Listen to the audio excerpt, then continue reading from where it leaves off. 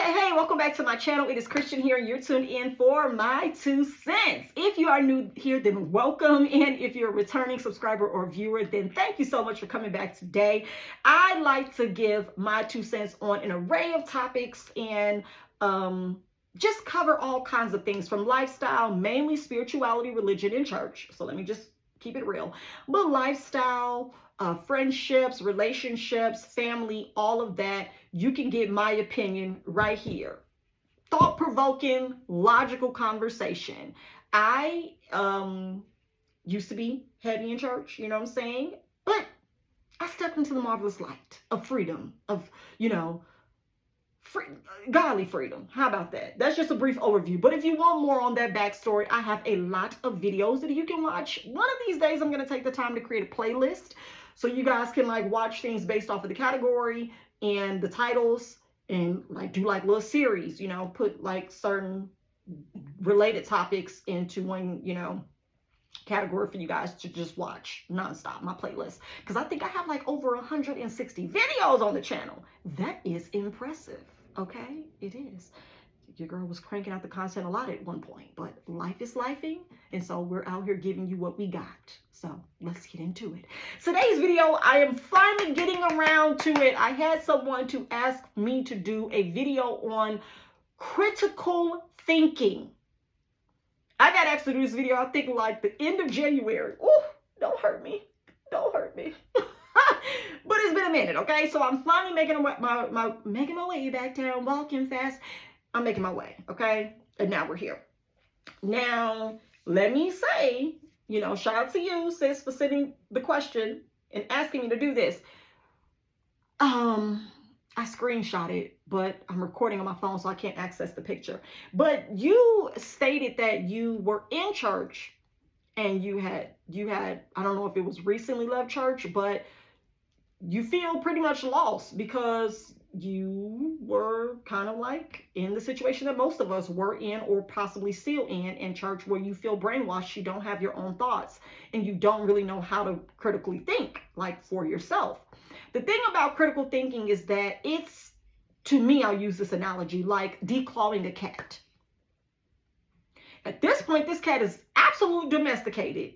Ain't got no intent. You ain't got no intent of this cat clawing, climbing, fighting with no yarn, scratching your back, or nothing like that. Okay, you want that soft paw kitty. You out here asking for that soft paw. Because if you declaw a cat by nature, that makes them unable to do certain things they're used to doing innately, right? Come on. The thing about church, some of y'all ain't gonna like this, some of y'all already expect this from me. The thing about church is, it is designed, the religious model, no matter what the religious organization or title is or belief system, it is designed to declaw you. Critical thinking is not welcome. I don't care what people say. Go read the scripture for yourself. Get your own understanding. They don't want you to do that. No, they're lying. They don't want you to do that. Don't do that, actually, or you're going to get in trouble. So no, critical thinking is not. It's actually probably against religious beliefs to be out here thinking on your own. That's thinking like carnal. Oh my goodness, that's being carnal minded. Let me get y'all a definition, because I actually had this in my notes, but I didn't relate it to this topic, which is so funny because this is perfect. What is carnal minded? Whew, I've heard this word so many times in my life, and I still be hearing it. People still be saying it. Oh, you thinking with your carnal mind, or oh yeah, they just in their flesh, or they're carnal minded, or that's carnal. And I'm like, carnal. Come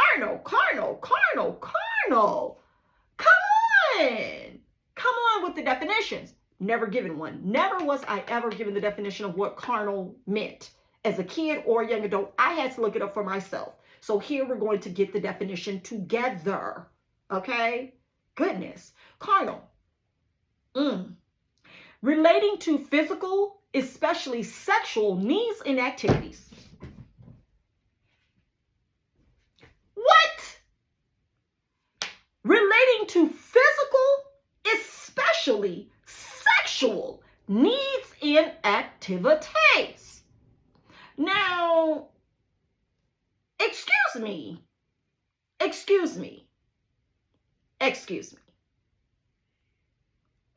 Why has this title been thrown on everything human associated in the church?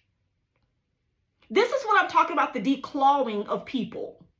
Okay? And I'm getting back in my groove because I ain't did a video in a minute. All right? So excuse me if the voice gets a little bit elevated, if I get a little irritated.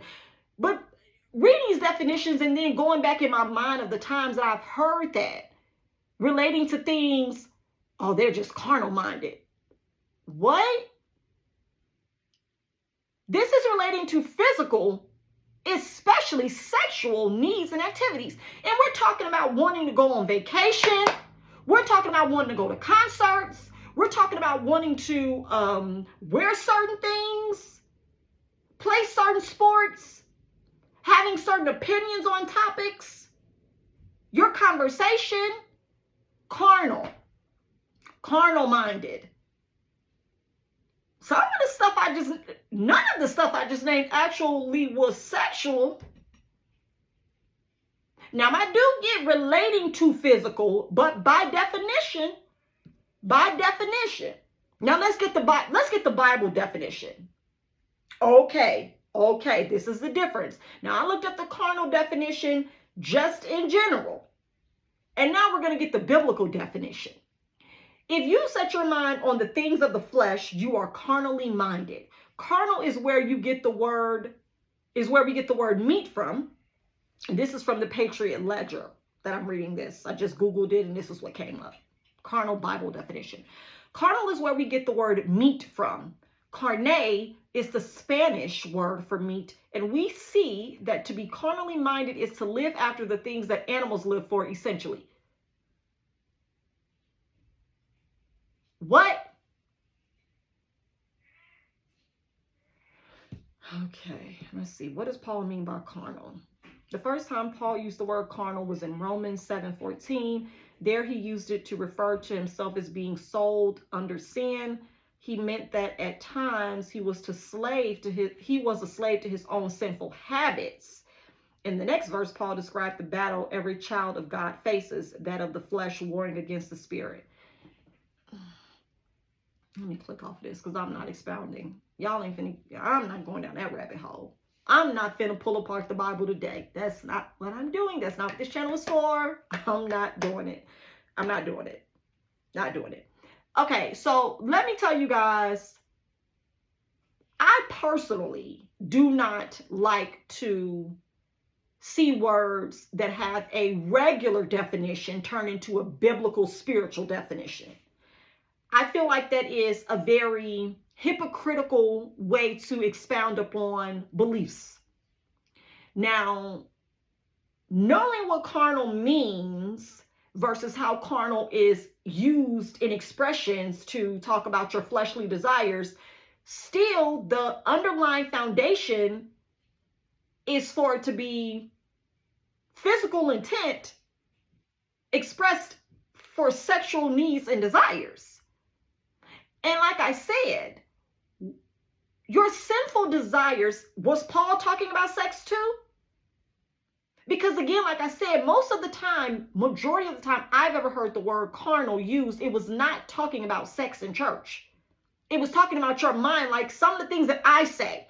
A lot of the things that I say in videos would be considered carnal because I'm not using scriptural foundation and text to expound. So it's safe to say, before I get into my critical thinking dialogue and giving you ways to be a critical thinker, because some of y'all need this video to think critically for yourself and to stop being played by other people's thoughts and emotions and what they want you to believe, it is important for you to understand this right here at 9 minutes and 29 seconds. To be carnal-minded is to not believe what other people believe. Believers. You are carnal-minded if you do not believe what other people in Christianity believe. That's carnal-minded. When Tiffany Montgomery, the other month, did her, whole delivery about prophetically speaking and warning against Beyonce concerts and things like that, If you did not take that same thought process and belief, you are carnal minded. If you want to go, you are carnal minded. If you don't think anything is wrong with those environments, those venues, and those experiences, you are carnal minded. Because you're going after things that you enjoy, that your flesh takes pleasure in. I want to know what is wrong with that. I want to know. Shout out to Joe. I want to know why that's a problem. To want to go to concerts, to want to take vacations, to want to get on rides, to want to go to carnivals, to want to go to stores, to want to have nice, luxurious things, to want to have cars, to want to breathe, to want to have sex, to want to eat good food. Come on now. Y'all gonna have to tell me, because everything I just named are human experiences and things that are available to us all, if that's what we want. And the thing that really blows my mind about it is, if we're thinking critically, is that all the things I just named are things that everyone else in certain levels and positions in ministry can freely enjoy and flaunt in some of y'all faces, and it's okay. It's not fleshly when they do it. It's not fleshly to be told or to, have an entire conference called the Millionaires or the $1 Million Conference or whatever she has. It's not wrong to do that, but would that not be considered carnal and fleshly? To go after the things that would be considered sinful to the church? To be chasing after or trying to get to or attain? Now, I don't think these things are a problem. I don't care about millionaires and billionaires. I don't think that's sinful. But my point is, in church, wanting these things, desiring these things are considered the flesh, the lust of the flesh and the pride of life, which is carnal behavior. But in all honesty and actuality, these are just simply things that are possible to attain. So what makes them sinful? I don't know. I don't know if it becomes sinful if you're chasing after these things more than God, or like, how do you balance it? How do we know that you're putting things of life before your creator? You could be going after them because your creator has given you the skill, the knowledge, the resources to go after these things or to attain them easily. But they will be looked upon as fleshly and carnal. Give them to the church then. Bring your tithes and offering to the storehouse then. It's okay to go. It's not okay to want these things and go get them. But once you get them, give us 10% of it. Critical thinking would tell you that these are hypocritical games. That's why I said I was not going to expound upon that scripture that I just read from Google, Romans 7:14, about Paul and carnal, because I understand that it's a rabbit hole, and I know for a fact there is no Tea Party or Mad Hatter at the end with Alice in Wonderland. I know it's not, so I'm not going. I'm not going there with y'all. But hopefully that basic breakdown I just made gives you guys some insight on what it is to be a critical thinker. This is what you want me to believe. And these are the facts, the research, and the knowledge I've come into for my own understanding, and now I'm communicating it clearly. That's literally the steps to critical thinking. Let's get into it. What is the definition of critical thinking? Now, to the people in church and hugely religious would say that's to be carnal-minded. You should not be out here critical thinking. You should be spiritual-minded. You want to know what spiritual-minded means? What I tell you. You should be believing what the Spirit told me to tell you. Lean not into your own understanding. Okay. So critical thinking, by definition, is the ability to think in an organized and rational manner. Oh, yeah, Lord. In order to understand connections between ideas and or facts. Critical thinking is the ability to think in an organized and rational manner in order to understand connections between ideas and facts. When was the last time anyone in church challenged you to think critically? When was the last time anybody in your friend circle or even your family circle was critical thinking? In conversation, just say, you know what? Actually, now that I come to think about it, X, Y, and Z, this happened and this was this and they were here and that happened here. Do you think it was connected to? Critical thinking. Critical thinking. Anytime you come up with a solution to a problem, critical thinking. Critical thinking. This is innately in us to do.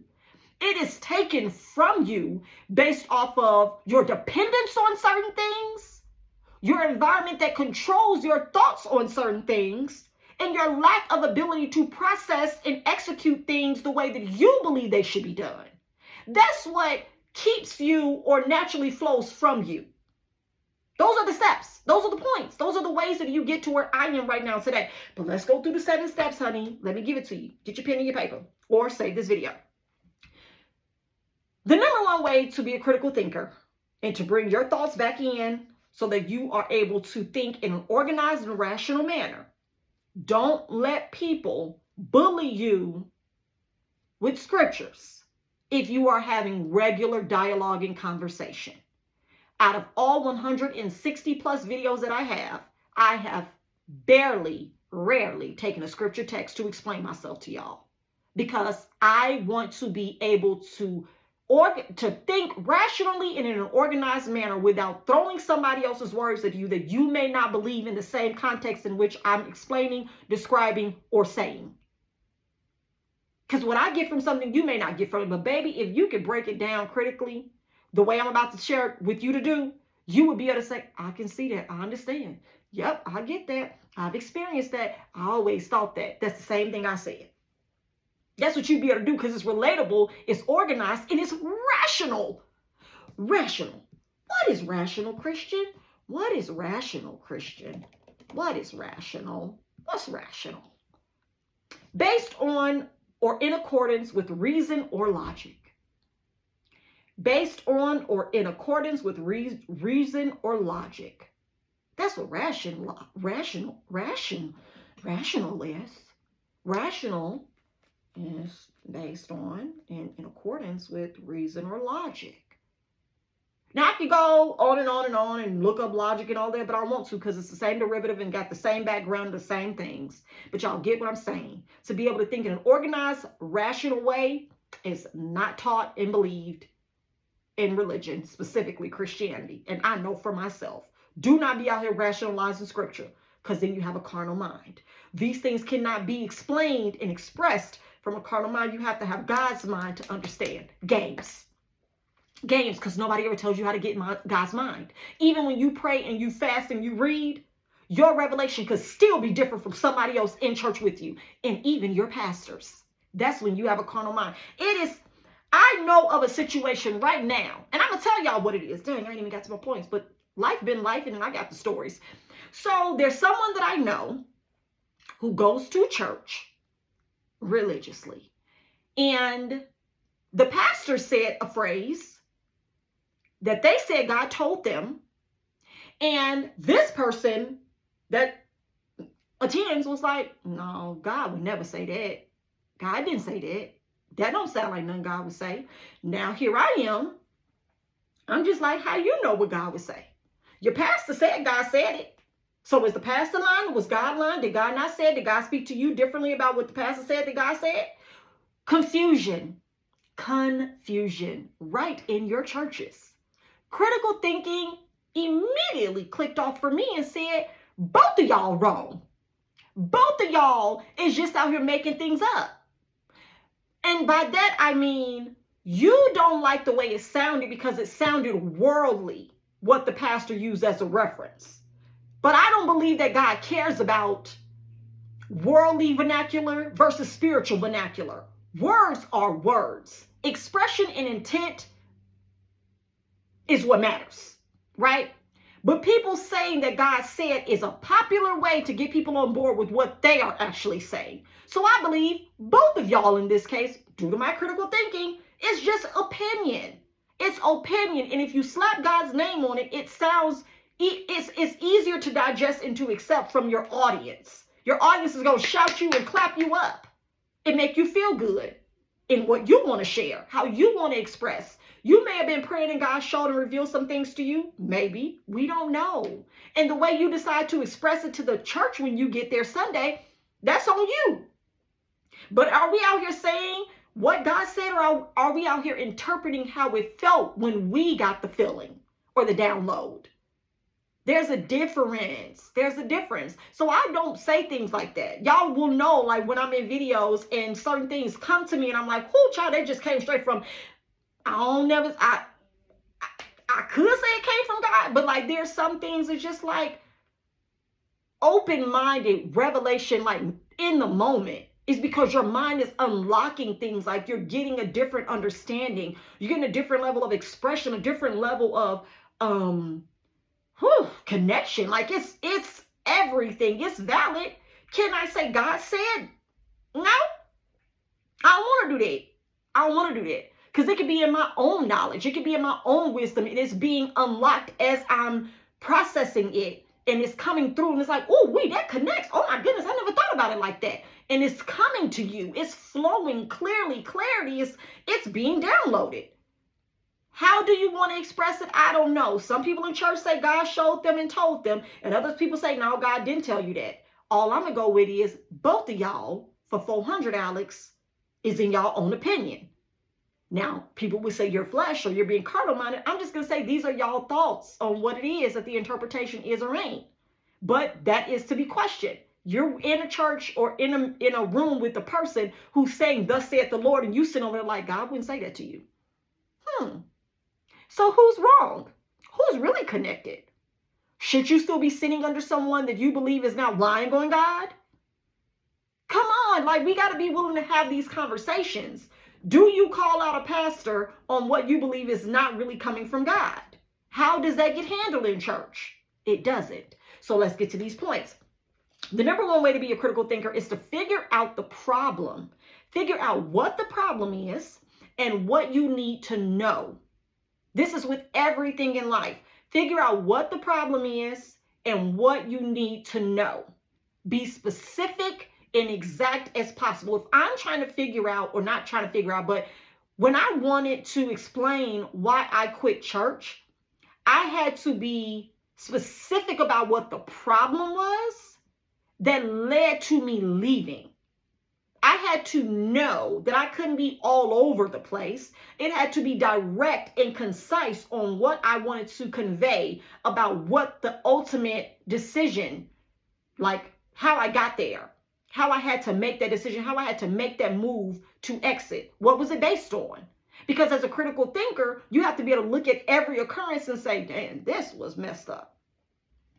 I stayed after this. I stayed after that. I stayed after they did this. Oh, but this was it right here. This was the one. This was the straw that the camel was like, can't do it. Not today. That was the one. And so as a critical thinker, you have to be able to like figure out what the problem is. My pastor is doing this. This church is not doing this. I don't understand God's, word or standard or value or whatever. I don't understand why God would allow these things to happen. You have to know what it is that you have a problem with. And I'm using church, situations, but this is in life, you guys, in marriage, in regular relationships, in friendships, on your job, in your career, in school, in parenting. What is the problem? What is the problem? And what do you need to know or understand about it? Okay, that's part one, identifying the problem and what you need to know.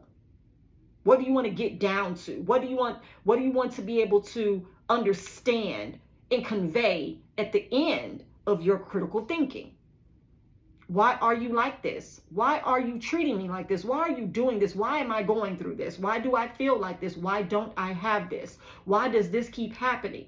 How did I get here? Why am I still here? Critical thinking. Critical thinking. Well, I didn't do this. I never went here. I never followed up. I never changed my mind about that. I kept believing this. Critical thinking. Not something people want you to actually do because it allows them to tell you what you should be doing or what you should be believing. Yeah, you're still going through this because of that. That may not be the case. But guess what? You've abandoned your ability to critically think. So you're just accepting what they're saying because it probably relates to something you've had go on. So you accept it as your truth when it may not even be for you. Number two way to be a critical thinker, find different ideas and points of views from lots of sources. This is where it's important to have different elements of understanding, different elements of learning and teaching. I do not learn from one place. I don't. You shouldn't either. I don't think any of us do, to be honest with you. But you have some people who only listen to certain things, certain people who usually believe just like them. They only look for information and platforms that agree with what they agree with. And they look for platforms, outlets to confirm and validate their beliefs. Nothing that challenges it, only things that align with it. That's dangerous. So, number 2 way to be a critical thinker, find different ideas and points of views from different sources. Do it. I think that I probably was one of the very few that did not agree with Tiffany Montgomery. If you type in that her name, and I'm not trying to be a dead horse, but that's the most recent occurrence of mass hysteria in religion, right? In the Christian sector. Everybody that was doing videos about it was pretty much on Tiffany's side, like confirming, telling you to stay off of her, leave her alone. I've been feeling like this too. God showed me this about Beyonce a couple of years ago. It was pretty much in the same vein of accepting it. Now, the other people who were like me that didn't, or just had a critical thinking standpoint on it, were people who were in like gossip vlogs, talk about celebrity stuff as well as anything that's trending. I don't just hop on trending topics. I don't. I could, I just don't. But I use my critical thinking to like process through it. And I'm like, okay, well, if idols are about to start dropping dead in church, does that include you in case you're being idolated? Like, if people are putting you up as an idol, are you included in the Drop Dead Fred ministry? I just want to know. Because you said it, that's critical thinking. I'm trying to pinpoint the problem and what I need to know. The problem is people finna start dying in church because they're idols. So I'm trying to figure out, will you die too? Okay. You see how this works? So when people place certain things out there as an issue, you have to be willing to grab onto it and find your own answer. And you should be able to do that through different points of views. Because there are some people that should have been able to look at my video totally from a non-biased standpoint, whether they like Tiffany or didn't know me, whichever one, and be able to say, I can see where she's coming from with that. But no, everybody that agreed with her was pissed at me. Everybody who agreed with her wanted to watch my video and bash me, when all I was doing was offering a different view, a different point, some different ideas. Critical thinking is not popular, and this is why you should be one of them. You should be a critical thinker because it's not popular. If it's not popular, you should do it faster. That's just what I'm saying. Number 3 way to be a critical thinker, check if the sources are reliable and if there is enough evidence to back up any guesses they make. Anything that I say is my 2 cents. So I never say things as law, but let me tell you, what I live off of is experience. My resources that I use here are my own life experiences. I do not try to check other people's information because let me tell you something, in the grand scheme of things, other people's thoughts and opinions should be just that, theirs. Now, if they are supported by logic and critical thinking, I am going to receive that and understand that. If you could break it down, explain where you got it from in your mind or your own on your own research and looking things up, like how I give y'all definitions. I'm not out here guessing and paraphrasing. I'm reading direct. So you can hear it and formulate your own opinion. But check and make sure.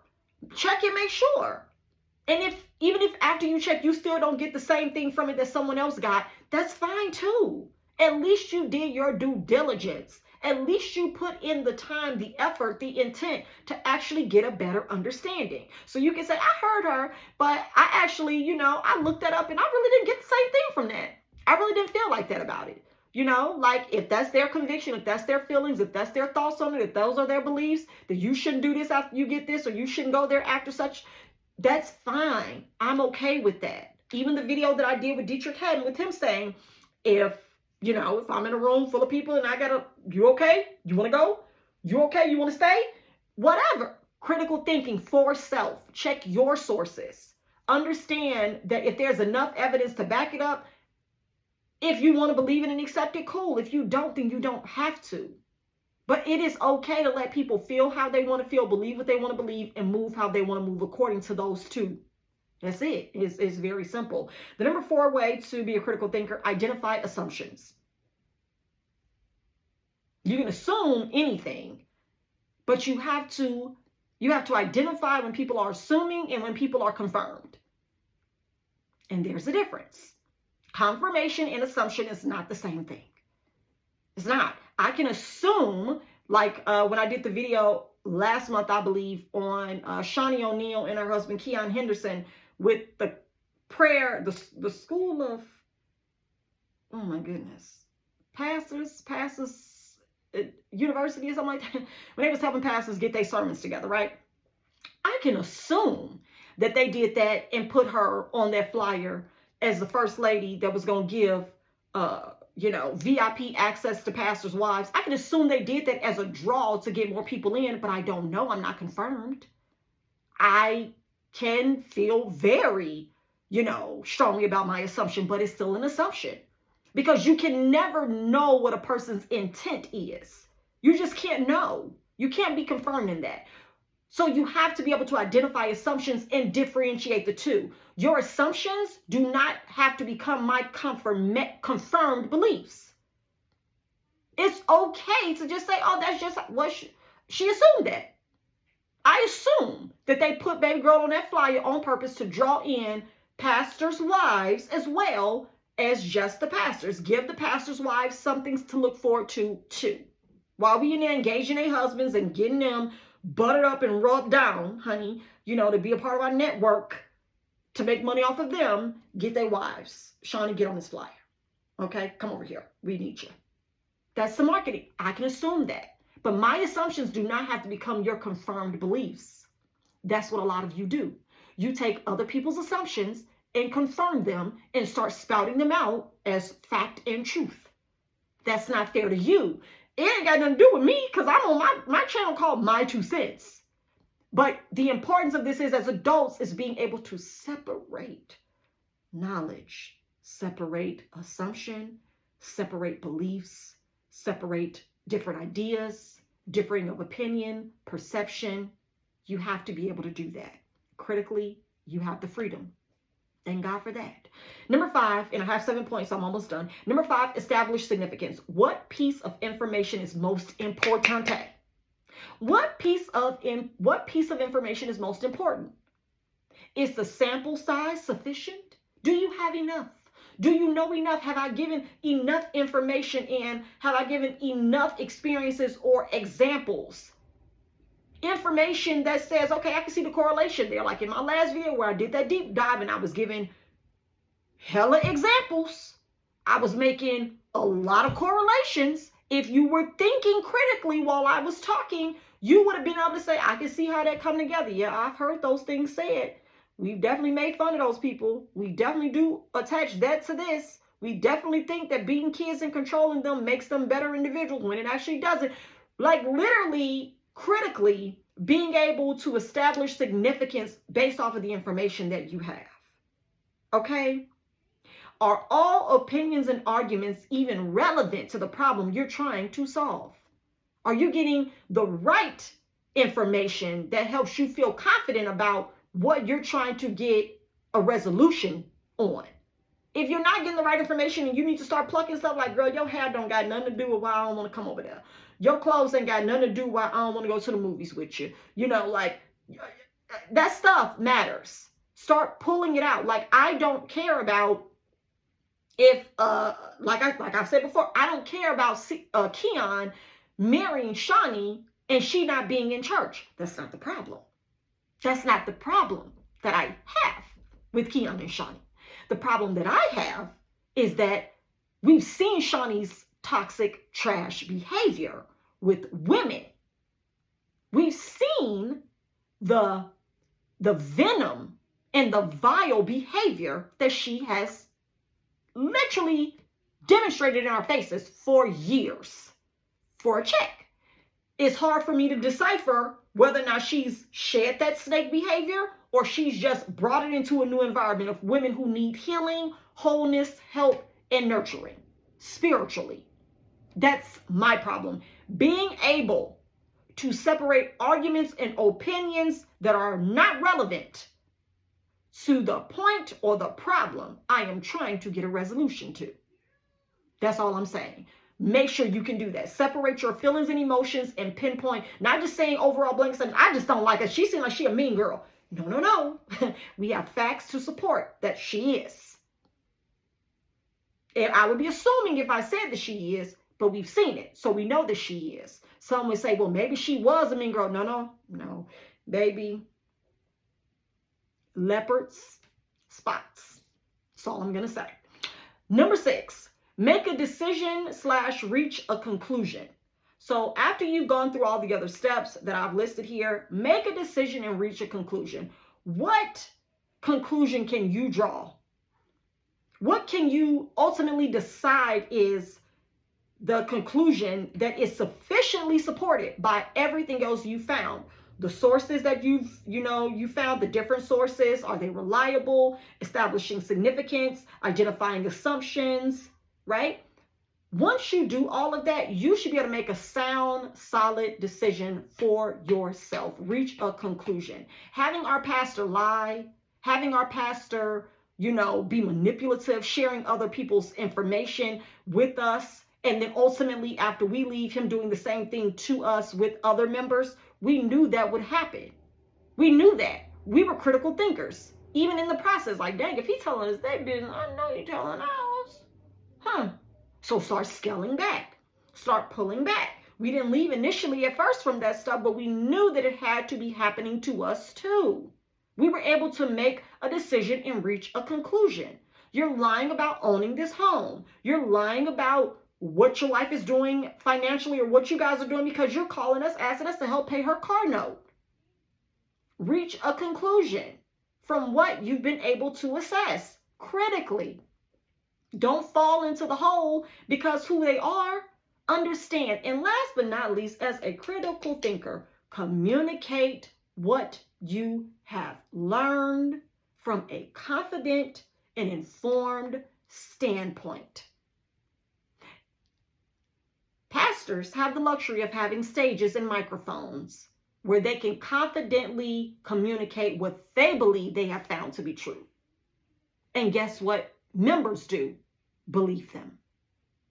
As a critical thinker, I am able to get on these videos and not care after I get done sharing what I want to share because I've critically thought it out. I've searched my resources. I have the differing of opinions, and I know ultimately the problem I am trying to solve. So I communicate that clearly, confidently, from every standpoint because I've done my research.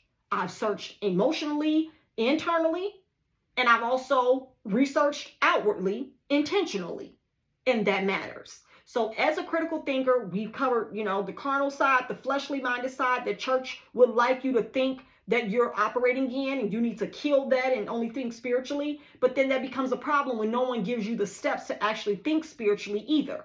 That's dangerous. At least I'm giving you the steps on being a critical thinker, how to process through that and think things through for yourself. How does this feel to me? How does this resonate with me? How do I feel about this? Do I believe this is true? Does this affect people this way? Is it affecting me this way? Is that not my experience? Because I'm not going to accept it if it's not. We have to be able to stand in that position for ourselves, because if we don't, someone else will always gladly come right along and tell us what to think. Stop giving people your mind for free. And some of y'all at church, stop paying to give other people your minds through tithes and offering. I know so many people right now who have a stronghold on their mind by their leadership. It is sad. It is sad. It doesn't matter what I say or how I keep trying to give openings and clarity and like I call people out on while I'm talking to them, and I'll be like, you don't see nothing wrong with that. You don't see nothing wrong with the fact that you're questioning your own pastor, yet you keep going. You don't see anything wrong with the fact that they're mistreating you, ignoring you, accusing you of things, but you keep going. You don't see anything wrong that there's favoritism, that there's alienism, that there's all kinds of classism going on in y'all ministry. You don't see nothing wrong with that. And it's shocking to me because I see it. Because I have my vision very clear here. Y'all are talking about it, but y'all not doing nothing. Y'all say y'all see it, but y'all waiting for God to reveal it. What the fuck? What? What are we waiting for God to reveal? If you just explained yourself that you know that it's real. Critical thinking is everything.